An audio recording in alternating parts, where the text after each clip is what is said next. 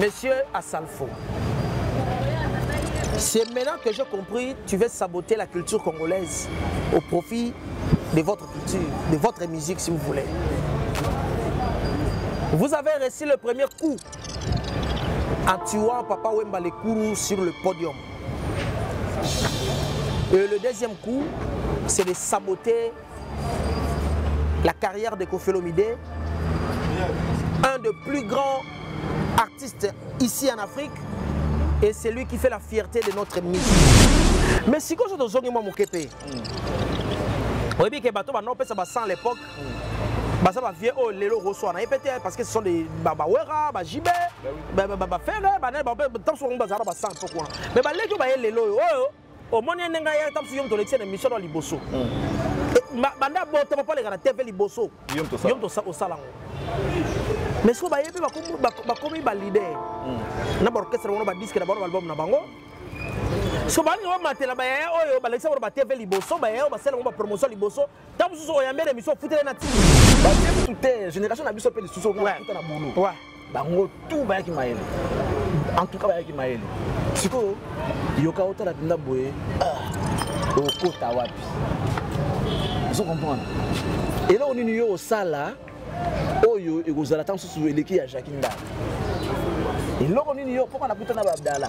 Ouais, Yves Abdallah, Jakindala, Jackie, Kevin Kaswa, Kevin oui.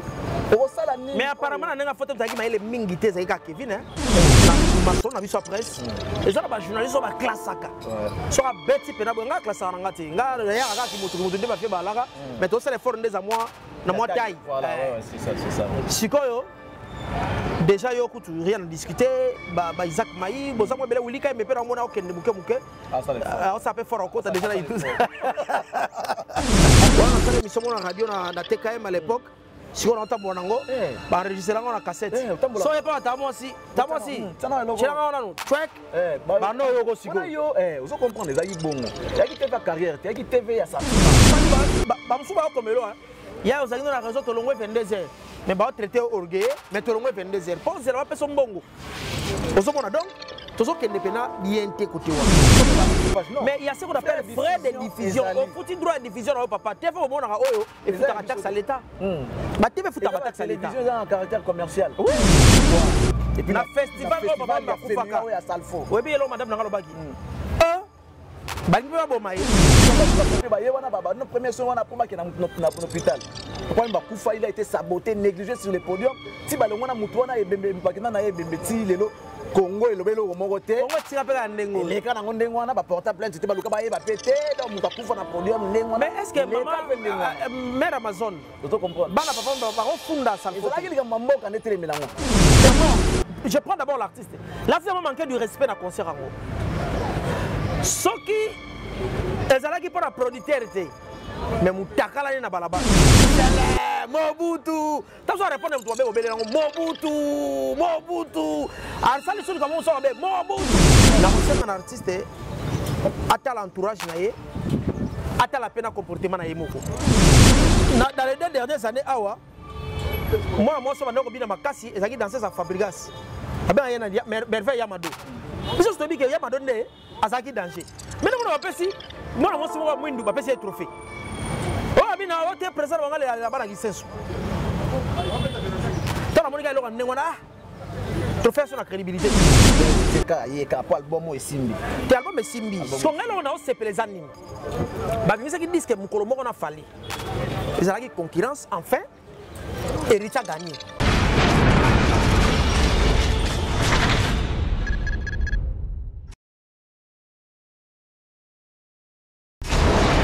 Hela, ma, on a écolo samona voilà, roga missile, naningina loba, oyekoya, heya. Mesdames et messieurs, bienvenue encore une fois dans votre chaîne Cactus Télévision, la télé de l'excellence.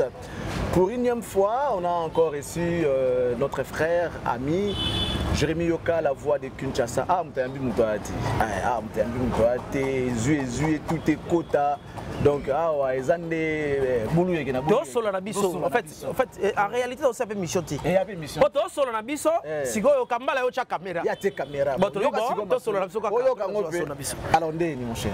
Ouais bien, santé kitoko. Et puis na sepeli très bien habillé hein. Merci Jérémy Yoka. Surtout ba foulard na ngo choro ba couleur, salut bien bakasi. La biga ba balingara boye. Bon mon hier mo boye photo to sala rapide bon. Parce que quand les alara ba vina biso ba sate ba yana makambo na bango na série wana mayele belé makambo belé mais erreur mo ezalaka. Kota teni ba fait na ko maté. Sikoyo ba mise so ba kasana ke ba danger ko le kapo voilà. Makambo ngo to mo ngo pa ba vie. Mais vie ndenge ni vie mo to belé. Vie na aura, vie na makambo mais so ka mbi mission mo na vie mo veste mo genre. Mission ko kama tam moi relax akamo la. Moi j'ai là ba photographe. On l'a dit j'ai là photographe, c'est mission. Mais bien Serge Game en ont classé hein. Ba veste ni mo minene c'est ça le problème. Bon, voilà par rapport à toi. Et par rapport à temps. On n'a rien contre les vieux mais non, toi solo là. Autre temps autre mers. Toi solo là. Au moins Kamba la pesi chance bande ko ba ko solo et on bisa ba to be. Voilà, ya ndenge na biso. Pas toi solo na biso. Mais quand on ezala rapide moi, ezala bon. Peut-être qu'on attend on a. Yo biso na moi gaillard trop. Mais est-ce que bi na RTNC ezala ba na veste mo ba chawana na rédaction fanda.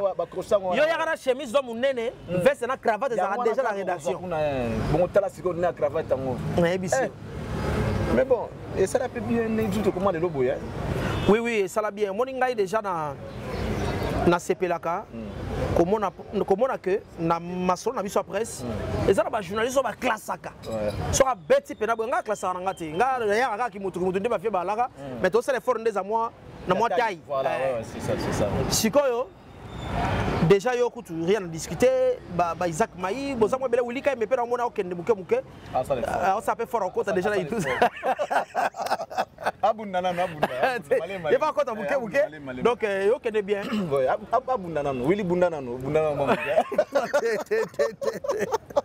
maintenant mais ako kotaka mala mo bunda nano OK c'est bon Willy bunda mais ngala bo déjà OK non bien mais ngaski ko sala nga bien donc biso toye ba noko tout okuta côté mayele na édition non lo baté té côté boulot pendant respect ba noko tout na chose sans excès. Oui ça c'est vrai ouais à l'époque on avait tout balay mayele ba vie ko tout génération na biso pe sous na okuta na boulot ouais ba ngo tout ba ki mayele en tout cas ba ki mayele siko yoka otala pinda boye okota wapi vous comprenez et là on est yo sala oyo ekozala tant sous eleki ya Jacques Ndala et là on est yo pourquoi na kutana ba Abdallah ouais Yves Abdallah Jacques Ndala Jackie Kevin Kaswa Kevin oui osala ni mais apparemment na nga photo mtaki mayele mingi te zaka Kevin hein Kevin siko azaki ne mayele azaki nde turbulent voilà Kevin Agi Maëlle, non, il te parle bon français. Agi Maëlle, réfléchis, un homme réfléchit. Maëlle,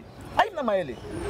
Si il faut faire l'analyse, assez l'autre, Abia y a m'invité, au Capna que non, feedback à idée penda. Ezali. Papa, enchaîner par idée qui toque au français, paye bien. Azagi peut présentable. Oui, très présentable. Mais quand Lucas vient dans le banc, on est bon maïe. Agi peut mon boulot. On ne peut pas rendre. Assure n'a été. Faut pas que ça bilo mususu dikola oaza nango. Ako simba tika pose sisi makasi ba ya mbruyaye. Ente BBC. Ozomona ngana kuta bango penda ke otala bana mai bina bu c'est ngapela na koma lwa ba. Na kuta bango bongo. Jackie te parle 4 langues, l'émission moro. Alors le français, lingala, chiluba, swahili ouais. Qui voire même 5. Ozomona. Ça qui dako banga. Okuti Yves Abdallah. D'abord, Azar a diction qui tourne ma casse. Il te parle un bon français. Il est très intelligent. Voilà, posé en plus. Au moins, il a falloir que grimace moko boye kaka yambroué batu yo pokota. Oh, maïle peut toi nango. Oza nango mais bato yo kuti, on a muto remplacer te po bango to abeta danger. Une équipe va meilleur de fois en remplacer. Si que faut lukate loko moko que ceux qui yo koti na terrain, au sala que loko moko boye, o ba no bon que non, ceux qui loko na sala meza grave. Voilà. So ba ah yeah. Bata oka. Oh, une équipe pour Messi Aza, mettre les lots na Saint-Germain à Paris. Messi Aza wana Neymar, Mbappé, Di Maria donc. Maintenant il y a Marocain pas ça souvent do. Si yo côté la côté ni. Bano mi lugile la poste. Papa. Je vais te la poste mon ami Messi. Eh papa, faut les laga déjà. Mais si quoi apparemment génération on a pas kako to tangi ba masa na biso to tanga boy. Mais apparemment ça s'appelle génération oyo et ba monsieur ba sakana ba mingi hein. Oui. Oui et non. Oh, oui et non ndeni. Oui et non kasi oui et non ndeni. Omoni génération on a biso ezake on a été abandonné par nos employeurs. Vous monde. Tant que si vous êtes belé, employeur à mon assuré que non, soyez ok, monsieur Zaroya. Nul n'est irremplaçable. Soyez ok, monsieur Zaroya. Du coup, salaire est comme une dimanche. Est-ce que salaire est comme une dimanche? Est-ce que ça pose sur la TV à un prestige pour éduquer la société? Est-ce que TV dans mon tic et à en attendant normal sans salaire dans ça la tête. Si le salaire est raté, il peut monter que tu poses en poste ça la caca, va mon les granatés. En fait, on compte pas au la carrière. Au la carrière. Bon, on n'est pas dans toute carrière té ya. Carrière n'est pas dans yo compter carrière né. Pas y ba on a quartier. Oh, j'ai mis les granatés. Dans ce chéri baroya. Moi ka moupé roya. Tu vas rater que ça la carrière à l'époque. Les aïe au quotidien nous pour ba ya ba les carrières plus peu sentiment les carrières na TV. Ba mon na TV. Moi je me rappelle ma toute première émission en radio tant on a CD na nga émission en radio parce que non plan. C'est la première émission dans la radio. C'est des noms partout. Tu n'as pas Jérémie, tu n'as pas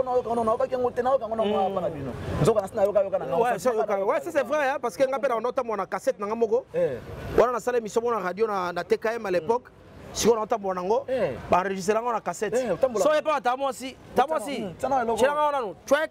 Bah non yo aussi. Vous comprenez les aïe bon. Il y a qui TV carrière, il y a qui TV à sentiment. Bah mon agayo les gars. Ce qu'on la réalité. Salaire réalité. Ce qu'on y est au vivre ndeni. Faut la taka, faut liaka, faut foutre parler sur la foutre à l'époque. Faut ça gana là. Si comme musicien Simbio dans le boc, on va y avoir l'art là-bas. Bateka banzembo, on va sixer tout. Appelle sur moi 100. Papa, la main qui donne, c'est celle-là qui dirige. On dirige.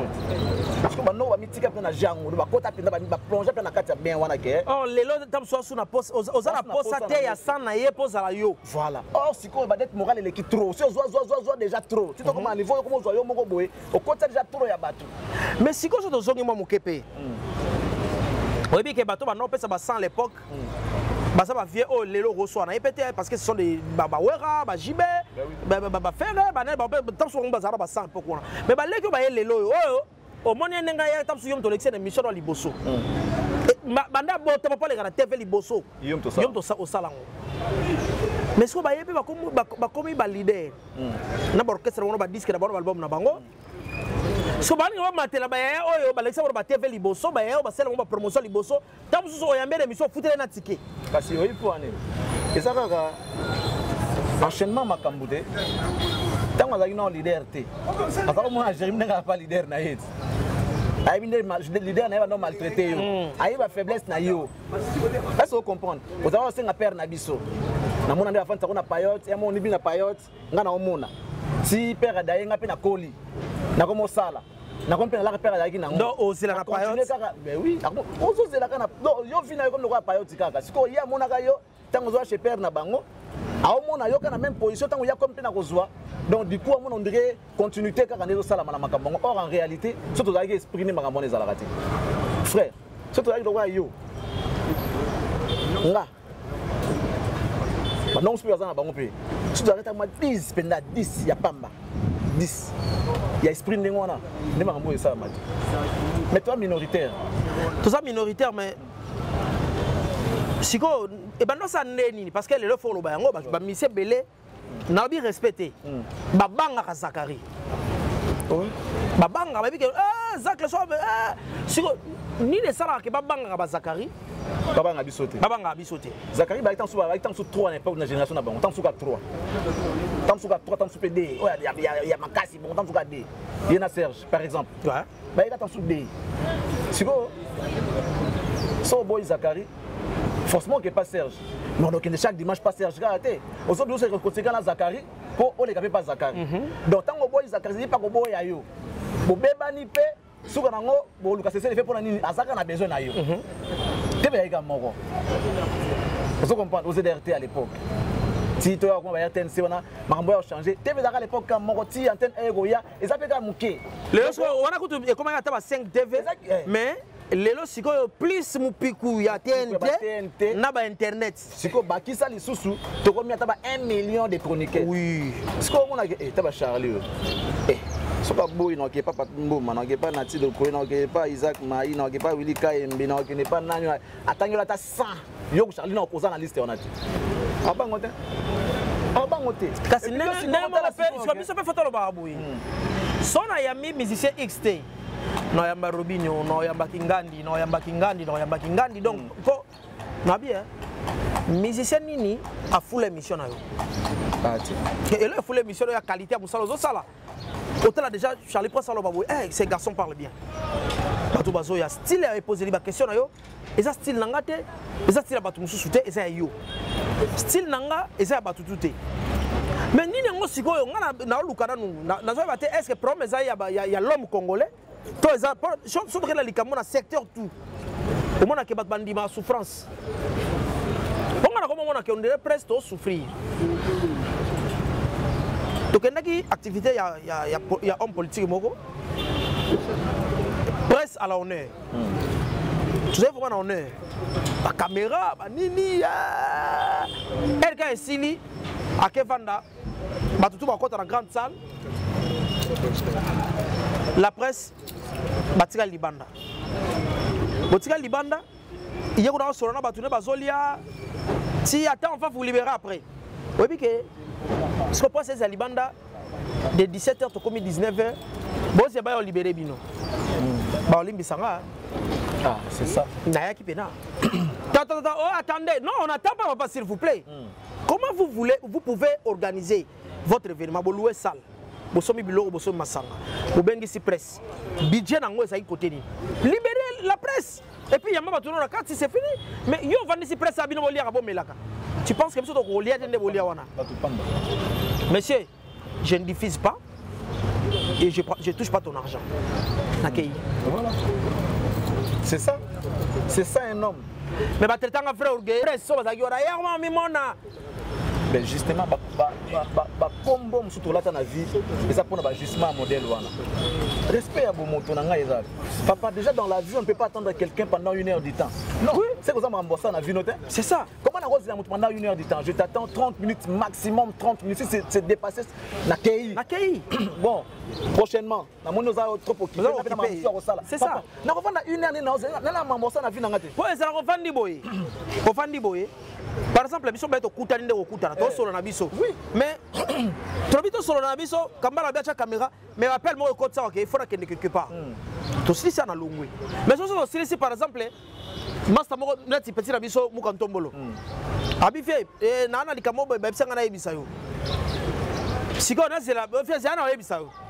Zela na yebisayo na zela 1 heure du temps non na kei bomba likamo be sela na texto osomona oh le ba mobile man ekoma okoba botika ba numéro toti na bino mboko zo na bino na téléphone et puis toke na biso pourquoi qu'on tout le temps pendant que toi tu manges avec tes amis osomona donc on irait toujours souffrir de l'eau parce que ba to vandi ba msuba comme l'eau il y a aux amis dans la réseau to longwe 22h mais ba traiter orgueil mais to longwe 22h pense la personne bongo osomona donc toujours que ne pena bien té côté wana to vanda na conférence mon père na ba massa ndengwana ba bengi bato non venez kaka papa tant to yaka wana to tsaka ba carburant to ba carburant tant soupe il a pas une pressing il faut qu'ils ont une pressing faut tu balar na yo là tu y une conférence de presse dans ce qu'on a faut diffuser droit de diffusion ça la toujours il y a pas bengi ngo coupage droit de diffusion ça la toujours bato ba ko confondre coupage na frais de diffusion coupage ngo bo kabelinga occupé ngai moi loko pour ça nga bien moi d'autres banine mais il y a ce qu'on appelle frais de diffusion au foutu droit de diffusion au papa TV au monde oyo et futa la taxe à l'état ba TV futa ba taxe à l'état télévision a un caractère commercial oui ils ont l'état TNT va avoir subvention pour les salaires au filet qu'on a et les gravés au filet peut-être mon colonel comment mon compte na mboko RTNC zo sumbonga l'état té ça dit RTNC to solaro de ngai est-ce que RTNC c'est capable de mi côté la mboko ba mi futa impossible chaîne kuta mike kutu ba o ba gabizo kota mbongo siko bongo ya TNC ba pesa bino subvention mais ba ko générer recette te ko ta kesa le mais kene so yaka la sport mo bisa ngona yo le sport mo o ka prix mais bon mo na raté et ça pour na ba DG il chef fa kota kuna fa kota mambo ibeleza na kati ya pale wana so koti ba découvrir na salaki nabe yango featuring mo na Sampaio Anthony Sampaio eza deuxième featuring na liboso na sala na waze quoi ya ba na sala Sampaio na koti na studio avant na koma na kenda po na chavwa na swaki kisi attention mataki ngai nzoka ti to mona ke babongisa RTNC za na mabe côté kuna immeuble kufa baba eza ba bureau pele sala ka te na ebite na koti mulili obi o moni bela ke na komi na kata place moko boye solanier masuba molili obi ba soutenir ba couloir wana ya solo makasi obi ba soutenir côté la côté nini na bibela côté nini na wono nde nyoka ko bimela nga pawa matanga immeuble écoute na immeuble wana na ba immeuble to bateli likolo mon frère tension matanga ti na bandi ko songa na ko kende place on na okende le kaka pa na mona ka chomo boy na bangi na o mutu babete aso olukani na bite na okende na studio kende boy tout droit na ke tout ti na moni pena place molili yango yo place mo lumière yango na kebo erkana engénieur bisinga auti bisika bikauki ba libi déjà fanda non na bite ne la boy tension fera me la kisi solo moko tout le lot tu comment il va en internet on t'a couffé et comme plus internet on t'a belli et comme plus internet des jours une ngani na lisolo internet ngala sa kutuna papa lo lobi uta couffé to bi na internet to komi to bandolo ngana kibomoto culture congolaise ezalaka mwana amona rebembete soki muta kufi na avenue biso ba mike batie matanga na avenue en tout cas au chance avenue fokima et pas la bino za na kwa okuna mais moi côté la aiza faut ba luka penza boye pour ko ngesa matanga ezate mais matanga comme le relaxa na bato ça fait mal oh mais muta kufi Charlie Prince a kufi muta ya kangi bon c'est exemple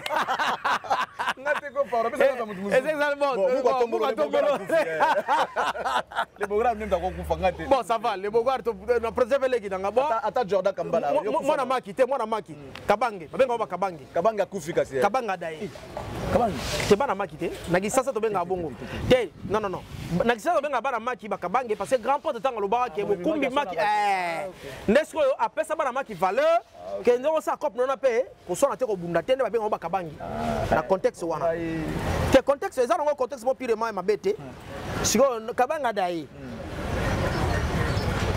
bosi photo na note ka maki bosi na bembele na elali bongo bo balisi bo tshena ba Facebook et tout pourquoi ko laksa mutu ebembe eza delo kwa mawa ibato ka yembango moto akangami na courant ole bo sauver bo welio filmer bo chan internet et ça la base na ba nombre de vie po bolia mo wabla wakambala balela ba nombre de vie bato donc soni nango oyo kité ngana bakisi pasi na mawape oyo kité mais o exposé osomona donc to ko kene mabena mo kilente to bi o sela ngote to bi na mboka eloko sozo kota na mboka ba préparer ngo batu si eloko to ko sela ngo sauter ça fait mal eloko ni mutu bera fandi boye mona monsi ami publier ni à moitié ni si vous voulez na ba réseaux sociaux asa aussi ko taba ba photo na yemoko à moitié ni so c'est pourquoi ça la boye te ngasa bobulute mo sa bobulute blo zo sala ozo ba te que ça va attirer n'importe qui envers yo mutamoni na njela tio lito esa bilo bibale ke senina tout le monde voilà comme une place publique donc les réseaux sociaux auto c'est lango mabe internet ok nango TikTok et comme si tout le monde vedette TikTok bon to ke na solo na moi Koffi Olomide ni côté Côte d'Ivoire l'isola Côte d'Ivoire avie et salinga mawa pour le sabotage va salir la France 24 là ba Jeune Afrique et tout en rapport avec FEMUA vous avez un festival organisé par Asalfo. Asalfo, on a nous confère les qui est danger, attaque artiste. Mais, qu'on fait qu'on dans le festival, on met ça moto, bakota souka, on filmer ba vide pour saboter la personne de Koffi Olomide. C'est injuste. Oui, n'a évité. Tous on a mon kédé pas en arrière. Papa même bakoufa na podium wana pa Koffi Olomide. que vous savez que l'élo Côte d'Ivoire commence la guerre, il y a cessé dans les Congolais. Donc ça la guerre culturelle. Voilà. Pour nous première place. Et comment ça la guerre il y a cessé dans les Congolais pour nous la place. Il commence maintenant à détruire nos artistes en le salissant pour que base à la diminuer, on va trop loin sur le plan Afrique francophone. Mon cher frère, parce que la condition de faire festival, parce que ça foule. L'ambulance est là, pour que ceux qui montent d'abord, c'est pour les pompiers, notre premier soin qui est dans l'hôpital. Il a été saboté, négligé sur le podium. Si on a Congo et le Bélo au Moroté. Congo tire pas Nengo. Les gars n'ont pas porté plainte. C'était pas le cas. Il va péter. Donc on a podium. Mais est-ce que maman, mère Amazon, je te comprends. Bana papa va refonder ça. C'est là qu'il y a un mambo qui a été mélange. Et tout dans l'explication. Le quoi la mambo est bimi irresponsable. Fameux Rosongo. Et ce qui a été, regarde ce qu'on a fait à Kofi. Le quoi Koki liwa Kofi te. Au monde va qu'il y a un sabotage. Parce que bah il y a bien na Congo. Totikali na Kofi. Oyebi ngai tangu na lobi Kofi kebeta na Côte d'Ivoire. Et puis na festival au papa Makufaka ya Salfo. Oyebi elo madame na lobaki. Bani ba bomaye. Donc so ba bomie physiquement te, ba bomie artistiquement papa ba bomie déjà noko. Tala dossier basaleli. Tala dossier basaleli. Tala ba image ba lakisi o ya Koffi Olomide qui est un grand, il a joué à Tanzanie. Tu as vu les images sur la Mais c'était la mort en Tanzanie, stade Tondi, tout le monde veut voir, veut toucher Koffi Olomide. Congo. Monsieur Assalfo. Monsieur Assalfo. C'est maintenant que j'ai compris, tu veux saboter la culture congolaise au profit de votre culture, de votre musique si vous voulez.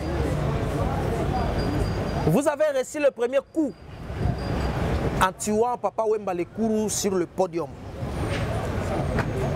Et le deuxième coup, c'est de saboter la carrière de Koffi Olomide, un des plus grands artistes ici en Afrique, et c'est lui qui fait la fierté de notre musique. Monsieur Assalfo, moi je te dis ceci. Nous, les Congolais, on ne reviendra plus jamais dans tes histoires-là. Et puis après, prie le bon Dieu que moi, Jérémy Yoka, que je ne sois jamais le ministre de la Culture de mon pays, sinon je vais porter plainte contre votre gouvernement, contre votre festival, pour la mort de Papa Wemba. Et puis on va amener des enquêtes sur cette histoire de Koffi Olomide, c'est sabotage. Comment voulez-vous saboter un grand, quelqu'un qui s'est déplacé là, quitter Kinshasa pour Côte d'Ivoire, pour votre festival, et après, la presse que vous avez invitée vont faire des choses comme ça? Moi je pense que c'est injuste. Je sens la main noire. C'est ça vraiment injuste. Je sens la main noire. Festival, ils sont à Salfo. On ne pouvait pas faire un dossier pareil en salissant ce qui a joué dans ce festival, étant donné qu'ils ont invité à un festival. Festival est bien ici, voilà, et tu comprends un peu. Ce qui déjà qui image à festival, c'est qu'il y a quelque chose qui se prépare. Il y a quelque chose. Parce que presque, il y a un qui dans le dossier. On a Bengio. La concert nanga, vous invité nanga. Même si vous avez mabé, n'a que ça de sorte que l'image vous allez la garder. Absolument. Je donne un exemple simple. Dans quel concert moi dans Selma Bengi Singa, producteur Zobet artiste a Bengana Sala couverture médiatique. L'artiste en question a petit concert, a été des billets. OK. Sur le plan orchestration, ben on va mettre musique idée. Donc on va mettre ma bé. Mais la diffusion, on a sali commentaire à Kitoko. Pour sauvegarder l'image à Mouto, à organiser le Goana. Voilà, c'est parce que l'artiste d'abord, je prends d'abord l'artiste. L'artiste a manqué du respect dans le concert en haut. Ce qui est pour la producteur, mais Moutakala n'est pas la balle. Mais Nathalie était, il y a Bengangate, producteur de Benga, événement n'a pas raté. Il faut donner une bonne image. Une bonne image. Il y a producteur, il y a production, il y a artiste, il y a produit, et tout ça. honneur et aux na artiste. C'est quoi Salfa t'as dit non surtout en athée. À Salfa en fait l'objectif oh ya bengelaki bande ko ba presse wana ezalaki pour détruire Koffi Olomide, pour anéantir notre musique. Sachant que Koffi c'est une force. Koffi c'est une force. Contrairement, moi je dis ça, na bande ko balimbi sana so ngamo loko bato ba yaka ko lobaki fallait que ça on est ramboka na biso référent benga kuna ba saboter. Ba yebi que quand on parle du Congo, ne onanga yi bata danger bazali mais Koffi a sa grand comme gâté. Ben oui. Il faut commencer par détruire Koffi Olomide. Babandaka na grand omoni pona ko buka ndako solo ngoli batolo selo to chaka poto kolala. Pona ko ndako solo ngoli batolo to chaka poto kolala. Fondation.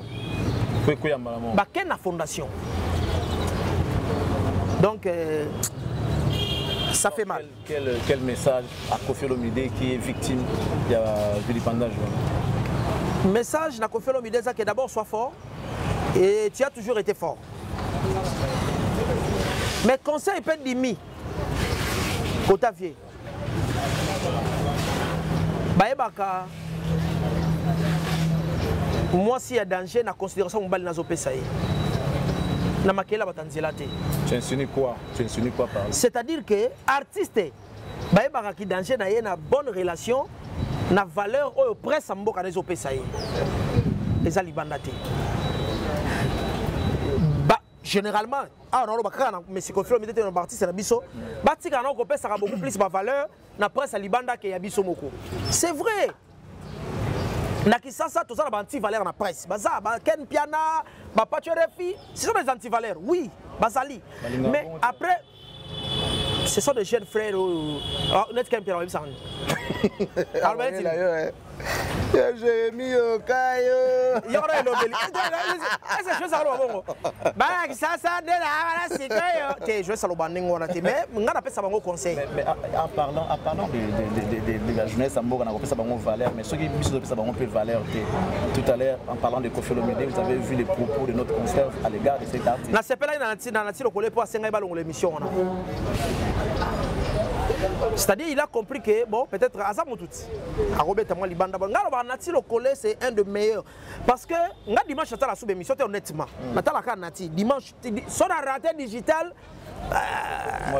c'est peut-être na kuta ki kota tant de leader so moninga liboso karibu c'est tant de leader pourquoi parce que batika la sous batuta ba lobaté moi on a fouti mbongo na ya kota ngalo bakaka ser nga mami nga zana dimanche merci maintenant on va parler au boni les Arabiens te font honorer invité ataza drumer ki manseke tango yambie pesa e honneur na quartier la bango ba on dirait que bozana intimité mo or y a rien c'est ça sans soit sa valeur en artiste mais on dirait karibu ko pona bilongi et là on a ba moi muke mais na tanga mami là c'est une moko ba grande ya moko na biso mais RTNC et mal maintenant on a présenter biso au moment que mo za a ça l'émission baza l'hésiter a sengyo ba pied oyo ça la bien te ya total mingi nati mais ce qu'on a dit à ça la mission qui to comme ça professionnel mais eloko mo ga ekangaka ye arbitre en équipe à Kumisaka oya mabe arbitre en équipe à Kumisaka mais zéro Kumisaka na kuti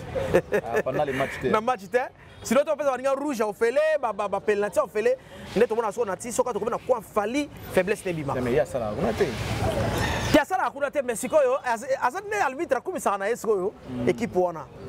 Vous avez parlé de Fali tout à l'heure. Il n'y a pas de problème. J'ai vu comment les gens se sont retournés contre Fali. L'artiste disait tout le temps que non, mais c'est qu'il y a des lots qui au détriment de ses confrères, ses collègues artistes et musiciens. Pas plus tard que hier, j'ai suivi Moko ya bandeko bazali na ye ba propos moko la biso ko katabi na salle émission boy a jaloux azabo ça dit il a dénigré l'artiste non seulement qu'il a manqué de respect à l'artiste mais façon qu'on dénigrer wana et ko choquer na yo aux arbitres beaucoup sa équipe wana na salle émission boy ouais alors baka ke o fion na ko yebisa bino ne botindaka ko baki botindaka pour preuve bobenga biso et au moni no wana nga to kendete Yo botiki kaka bongo botindaka na wa ni botindaka bato. Vous comprenez? C'est comme l'ère de vérité.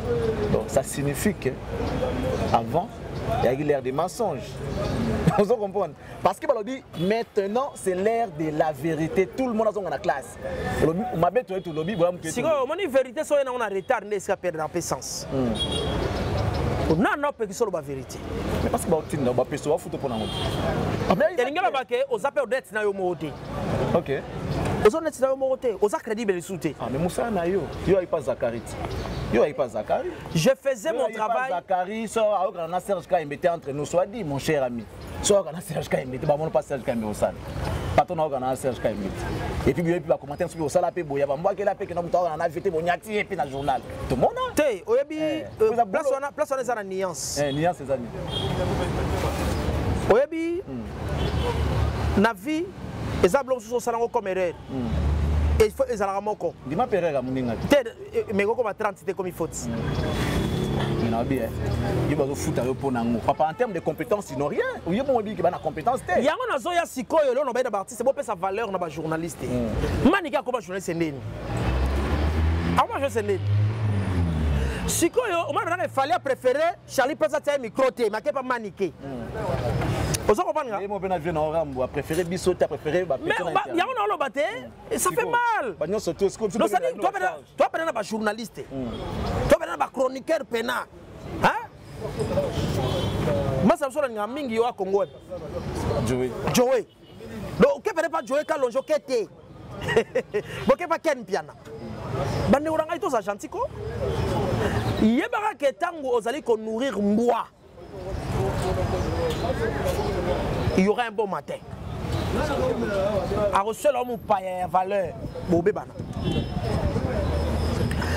Ce sont des gens oyo. Ngala lobaka. Ngaba manike concert opé sa bango zaboye. Et loko etio lar. Chango soin. Bolingi kopo bokota on a le yenge. C'est bien. Mais allez apprendre. Yo mo tango okende kotanga. O compare que désormais na finga sumu tout est la vérité. Désormais, nous avons besoin de faire un X, mais il faut que nous fassions bien. Vous comprenez? Ça fait mal. Ça fait mal. Bande orangai, quel comment on appelle le mot? Effectivement, puis on a transporté na transport na moko. C'est comme on a soit intérêt na outil. Oh! Quand il y a moko tout le monde a mission sous. Fallait après assemblée nga loko boye, asala nga boye, apesi nga boye, vous comprenez? Alors, quand on y a somi ba pesa ko ticket. Comment il va pesa ko loroté? Moya ko fante butu wana pour insulter les autres. Talobi faire so za mutu suma kangisa bato ha. Faire na mboko yo. So yi mutu suma kangisa bato bele. Moi que ofinga répondre yo pété. So là la muki so tango bando finga fali. Poto sa neni. Basa neni déjà pour la bengo. Tout ce que la gars wana siko tant au moins makambo tout wana tout autour de l'artiste. Et là Jérémy à la muki a comme fan révolté au yemo artiste à l'obaga. Ba fan révolté. Voilà maintenant tout comme si on a moment ba fan révolté. Peut-être au bazar raté ba comme au moni fan révolté à la raté. Mais papa. Fan se révolté raté. Bon ce ba luki le baba nan. Baba fan té. Oh ba fan té. Ba ça ba to sommet conscience na bango. OK. Au moninga honnêtement parlant. Dans la musique congolaise, en fait, je suis un mélomane. J'aime la musique en général. Ça dit, mais sur la France, c'est Adolphe Dominguez. Mais je te dis, ça c'est moi. Voyage, Rocco Martini. Artiste n'a pas de chaque jour. J'ai même pensé à faire 11 ans sans album. Mais à l'équipe, il y a un album qui est n'importe. En fait, concert $100, $50. Donc, on a parlé de l'Obanine. Malgré ça, au moins, jamais. Malgré ça, au moins, jamais. Parce que ça fait un temps, on a tata, on a dit, jamais on a sauté, on a sauté. On c'est pas un pratique la biso. Bamaniata, Rocco Martini, Voyage, Bani. Si koyo. Si on fan se révolté là il fanatique ta infiltré. Ni infiltré si est-ce que ça m'a ça y est? Tu ezali du fait que aza na compétence te yo au moins obanda kolinga yo mo kuroaki na ye pendant que na compétence te yango banda ko garder yo ah yem ta croire nanga pendant que na compétence te mais tant au moment attends comme comment na sko batebele baza sikoko batebele comme siko pe ko accepter nga maintenant je peux te lâcher na yeba il ba boule nanga il faut ça boule na ouais na moi c'est beaucoup carbone. C'est vrai, moi c'est rose, voyez, tant que vous voyez, voilà, là, vous avez manqué. Mais tant que vous vendez, vous me rappelez, vous me payez côté, non, vous pouvez vous vendre, que non, je peux vous en appeler, moi ça vous supporter. Moi ça n'a pas accueilli. Ah, non, Joe, vous avez faux. Moi, si je me balais pas, John a coûté faux, troisième accueil. Autour de l'artiste, c'est ce qui se passe aujourd'hui. Quelle lecture vous avez ça? Parce que comme trop d'être marmois qui fait sous les bimakia. Un truc de rien, une histoire de. Ça dit bêtise. Mais là, tu sais, déjà, alors que ça, on monte sous bague, on a beaucoup de boyazons, c'est là, on peut me connaître. Là, c'est salité. Qu'est-ce que tu peux faire comme lecture? Bonne question, mon cher frère. Oyebi, on a filmé qu'il n'y a pas de bague, je suis sûr que ça, mon toit, il y a un bango. Il y a un fali. Ah. Baba Sandeni, Azalana yo, Osarana et Azibor, mon boro no bete. Mais, ya, Taboro yo betango côté na bino. Et puis, ça rappelle sur le compte mot fictif, hein? Fictif plutôt. Quoi est-ce que non identifié, ou est batté que zaye. Abeti, il y a la poste à buzz, bataba vie. Attention, attention à ça, ma vie, na buzz, il y a mon côté, anuirio. Anu riote ya mona ba vie na ye siko kokota na kati za boye ngana on peut sa faute car na falité na bango pourquoi bon nourrir bo arroser orgueil moko boye bango banani bango soit disant ba journaliste ngo bon nourrir orgueil moko boye ouais biso fa na mutu sera que bien te bisaye te leader le faux leader te ya eloko na boxa toke na ngoboye donc boza pembe na mutu boza rappel sans ça ko orienter leader tala leader azaka visionnaire mais si on a vision na ye ba accompagner yango so botika yake na vision ye moko tia mona belaka perdre yango so tabino ko la boza so bomoni ke buta okende ma obela ozala wana Asele Mobutu. T'as besoin de répondre à toi, Mobutu. Arsali sur comment on sort Mobutu. Si ma bango est ça la tour de ronde. Bou et quoi côté na yo. Yo lele olongwe na carré. Ngana bazende quoi pe no gaza ao. Ngapena belika Mobutu. RSI sa yo to sepeto meto bodo sisi e ko lelinga. Opa za awa Mobutu. Moni, si c'est comme ça, vous avez la raille beaucoup. Donc, nous avons un artiste, à l'entourage, à la peine à comportement.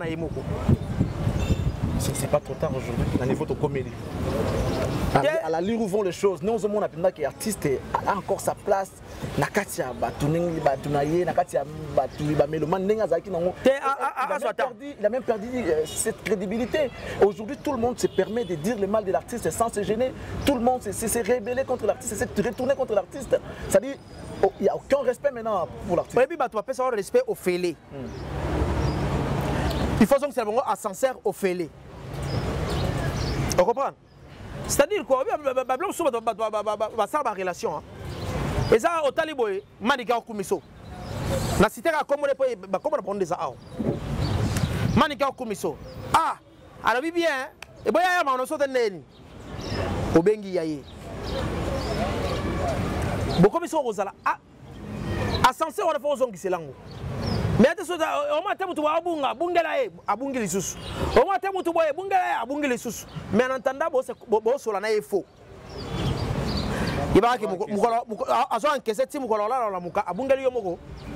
Comme ça qui se passe aujourd'hui, on a vu avec Nani Poto, Maniké ici, finalement. Donc, on perdre Batumuke, or l'élo. Soit font la grande porte, Batuba Kota, et aujourd'hui, ces mêmes personnes commencent à dire de bien de faire et commence à donner faire raison par rapport à certaines choses que non, effectivement, on avait une mission à le détruire. Na finga kutuboye pona yo, na finga na mboka, na finga na kota ba ranking pona yo, bona boy, ça veut dire que ça a été déjà prémédité. Papa, oyebi faire, na baraté, et ça qui me congora à Tony. Pour faire pas ça va tout guerre na mboko yo. Mais ça dit, il y a un jour monté. Faire la muka boyo kingandi beta boy. Mais on dirait phénomène il y a groupe il y a presse hein mutu bo azabela na groupe batu na biso toyebi ke bato ba lobela ka mutu boy ba finga ba mutu boy pona mutu boy. Papa na mboko faire finga mi na niveau moko soki ezali ke falelaka. Arosa ata ma njili ya ma misu. Mais akipangota babandi kotubela bo tubela bakoti kotubela oyebi esalaka mabe nga nazwa exemple wa moke tala Sankara passé film mobimba wa jibe ya kofinga en son temps à l'époque abane kofinga ti lelo ye mtakoma koloba jibe apesaki nga soko tala papa chéri apesaki nga.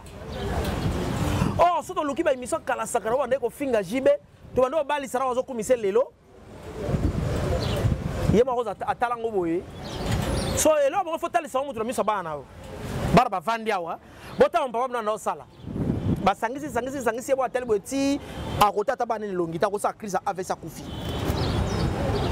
alors bo éviter blo bon comme la bino mutu bo boyo finga trop après bandi ko kumisa trop après est-ce que y a ataloka na musika obi ezala mutu so ko bona ato bona tinga boye na mona bato yo e fingeli oyo bande ko finga lelo komo obake obandika ko kumisa faire ofele okumisa ndeni oyo o travail be te on dirait mission changer le wana musika to zuite to pusana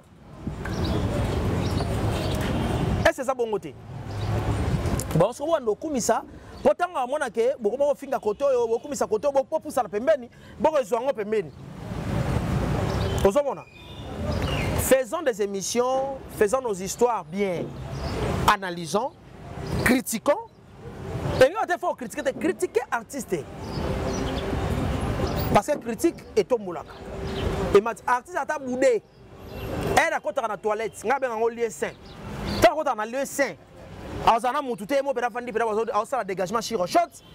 Alors, on imagine ma cambo Charles, elle a une émission. C'est comme ah banano va flatter mais malobaka za solo. Yo à côté. Nga. Notre lobaka nga za muta Dolph Dominguez. Na rappela fanatique Dolph. Bah d'abord que yo muta pyromane. Pour les vénères pas pyromane. Non je reconnais oui, pyromane d'abord obike. Non, c'est-à-dire quoi? Je reconnais, je suis parmi des gens au balingaka ferré. Mais c'est pyromane. Nasa par bato balingaka Kofi. Nasa par bato balingaka Fali. Il faut avoir du courage. Non, mon frère.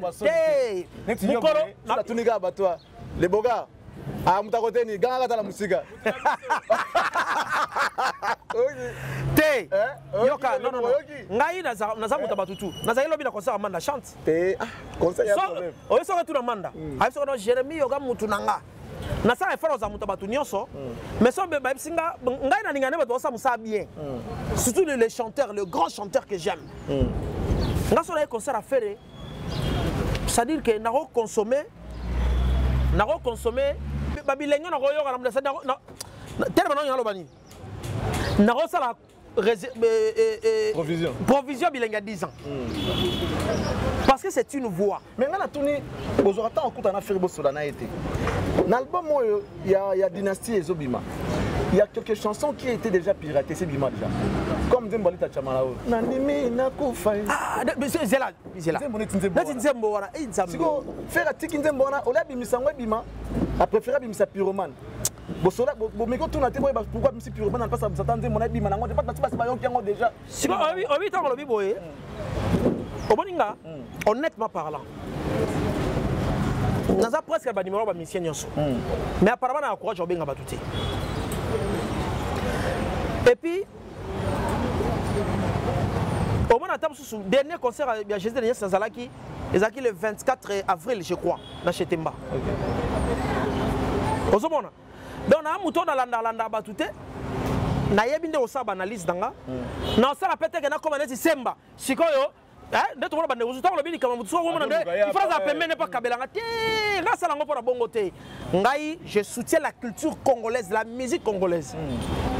Voilà pourquoi finalement je soutiens tout le monde.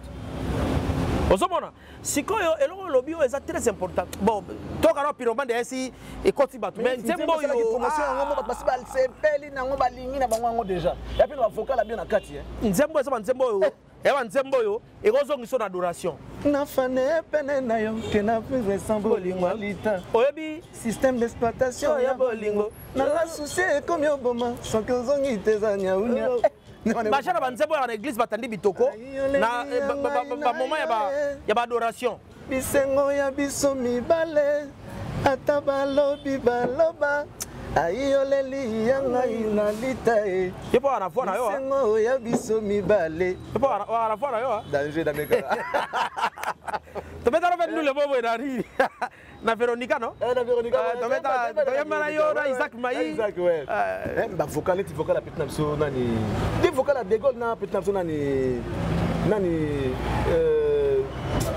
comment ça s'appelle nani Tselele Télé il y a un avocat dans la sonani Lubasa Igor.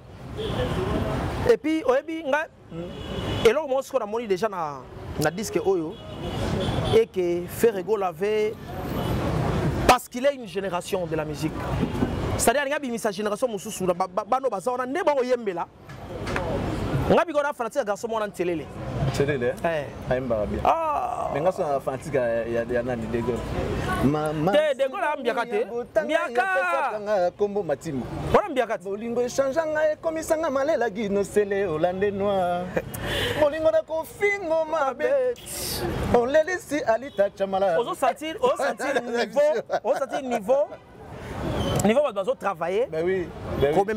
Comme même quand solo na chant, quand muta solo na chant. De Gaulle azambiaka. Mais na zapena garçon on azana debora mbuma wana bo énergie. Non c'est pas na épée azana voix na kitoko. Aimba bien. Mabe pa bana ba so emba bien on a longwe. Asala album. Bo vanda. Bozana ibala loyembo. Ya ma solo te na monia. Te ma solo c'est belé. Solo te bon en fait. Na ligi siko to réfléchir bon OK na pe on va foot non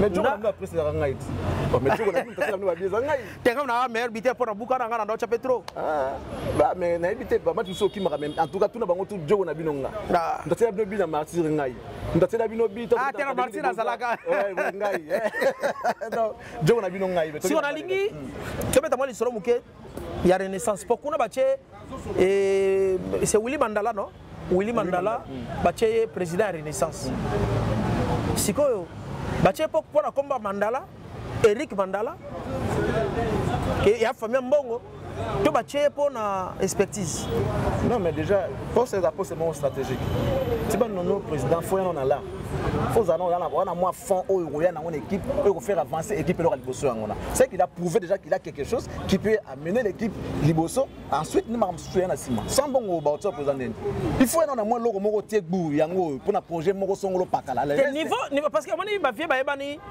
mingi na secteur à musique na secteur sport ba ebanité mais niveau ba weleli na Zambia ça veut dire que va voter à l'unanimité tout le monde d'accord là kaka Willy Mandela bon aye baye batako yebela onka wana mbongo ana lar na mbongo esa makabutu mais to bossa histoire faire entourer des conseillers oui absolument mais to bossa histoire de football na bisote o chalar na yo batu ba entourer po ba kosa ko ba liaka na bango le comité vandeli ba bitoko gagne talaka ba loka équipe ba gagner te pour yo longo comité zo loka équipe gagner te pour yo président longo non mais mbongo esa mabe to amité mabe na niveau moko obi somboko to mabe te mais ba vite ba so ba coupe ils sont andeni ah papa reporter pour les 25 reporter pour les 25 mais il faut faire aussi bah analyse moi mingi est-ce que obi que les loso OK na poto il faut ça la 10 jours il y a quarantaine l'autre les quantième ah 10 jours sans vaccin ça 10 jours à quarantaine est-ce pas un vaccin la plupart ont un vaccin parce que ba bisa ouais ba vaccin là il va un vaccin n'est-ce pas non il va café room a un vaccin faut ça rater sa Covid. Test à Covid, oui, mais attends, test à Covid, c'est dans le 72 heures, non? Ouais. Il faut en tester salami dans 3 jours. 48 heures. Il faut 48 heures avant le voyage, non? Oui. Ce qu'on a fait, tu le fais avant et peut-être 48 heures après. Quand on commence à poto, et ça, le déjà 3 jours de coquilles au recours à poto. Mais il faut qu'on soit en quarantaine à 10 jours. Parce que poto, on n'a pas de lieu public, c'est-à-dire restaurant, food market, on a pas food market, supermarché comme ça. Pour Kotawana, il faut tester. Il y a 3 jours, c'est-à-dire aujourd'hui c'est lundi, résultat lundi, au sein de mercredi. C'est vraiment ça, on a calculé. Parce que quarantaine, parce que si on va tester, il y a conseil les 25, parce que si c'est les 22. Je ne sais pas si on va quarantaine, il y a un événement. Mais bon, il y a un événement au câble malade. Valder, test. Oui, on va Covid. On a mauvais souvenir de Covid, on a c'est faux cop. Donc, je pense que... Merci. Merci. Oui, invité parce que le programme les 17, il est comme les 25, le programme il a les 25, le programme est comme perturbé. C'est comme si on va aller avec ces musiciens. Ah, mais on a un orchestre sénégalais. T'es mère Mbilia, pardon. Ok, mais tu as un Kamapa. Tu as un concert na Kenya. T'es Kenya, pardon, c'est là, tu sauves Zénith Sawera. Vous écoutez Wera doute. T'es Wera déjà, c'est Wera. Mais c'est quoi maison mère? Wera ça danger, maison mère ne koufa. C'est Wera. Wenge. Wera ça musisa. Papa. Est-ce que va crier oyo? Est-ce que va crier? Les mieux quoi Wera musisa. Mais c'est quoi il faut ça là ça là qui. Magasin le Bougani. Ngeva ça. Il y a pas les lopé. Ça dit quoi? Et ça va crier oyo et tu peux pas venir berrer. Ah bon? Les gens font dit les maison mère font le bali comme nengeza. Maison mère kufa ça. Wengeza nzete. Liboka. Liboka. Ala ko wana ba marque baluba boy. Asawa. Na wengera. Bana wana ba ça ba bomi wera. Ba garçon la sala cri wana. Tu dois avoir ça parler ba toi bomi maison mère. Non, papa to solo la té. Cri il y a flatterie. Flatterie il y a BNT. Comment tu vas ça motu? Que biso sto rosa la té. Yo zaka yo. Papa. Na ebisa ki yo.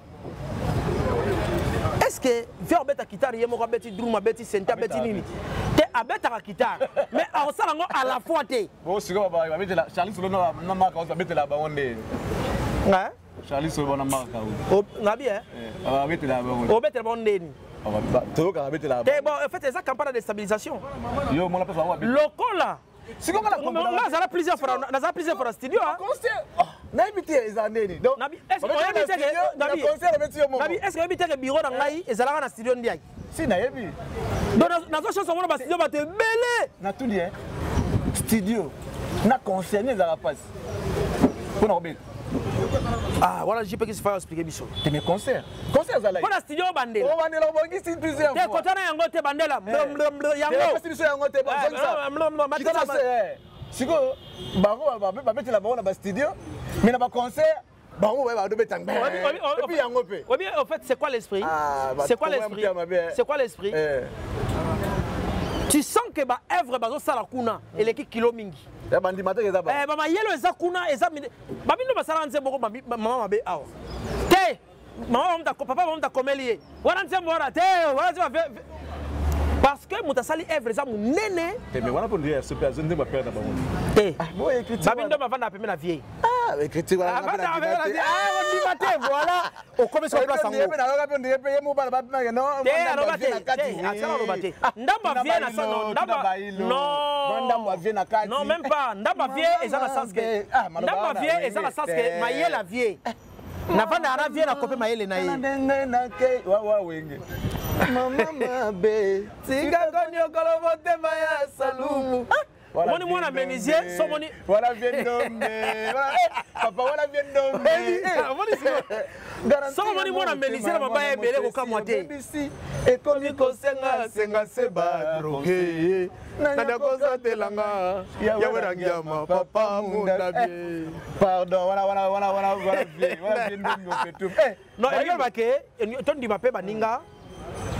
et musala basalaka baosa musala mo malamu siko pasi wana comme babetelaka ye so mutu abetelaka wana ye mo pa bimba wana bakenga na betaka asate c'est-à-dire que baosa musala bien yango boni nga na moni mikolo migoya na ndope ba trophée nga bula bien to sala zonga pe to sali maman Jérémy Okaye Charlie Prince bando pesa ba trophée to ça pourquoi trophée Longonia bilo ba témoin trophée Longonia boule utiawa kombe utiawa donc les deux fondateurs pourquoi to pesa trophée Longonia parce que on est na Congo to remercier ba tout bien té mukolo mutulokola Alain Makaba a Ozalate Tobeta Lisolo Naye. On a trophée Longonia, on peut te remercier pour le travail au salaire il y a de cela 20 ans. Il y a 20 ans passés, je prends le cas de Kapaya. Kapaya, Mboro, Moutouté a une maison à Longola et Loco, il y a dimension où on est comme on a devoir à domicile. Mais ça va faire 10-15 ans passés. Et ce trophée, c'est la trophée.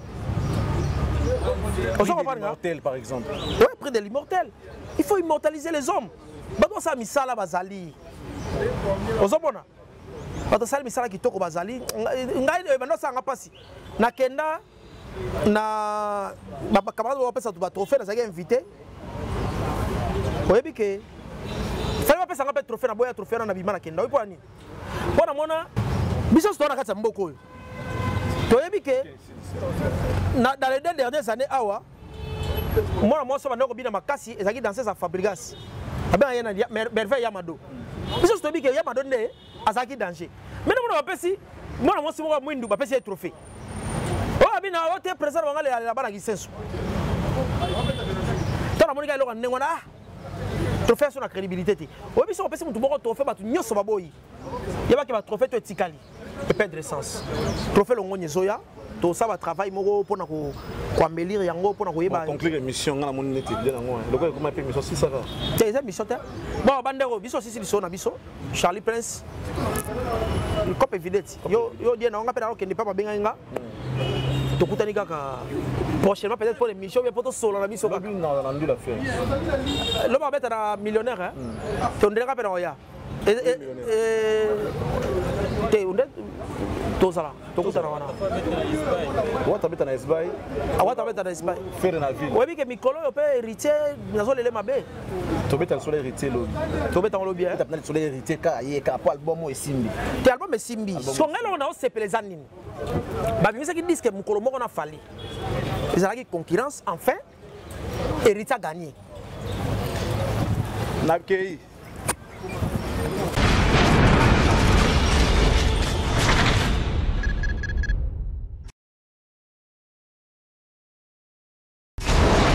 Hela ma ona ekolo samo na bwala roga misile na ningina loba oye koya heya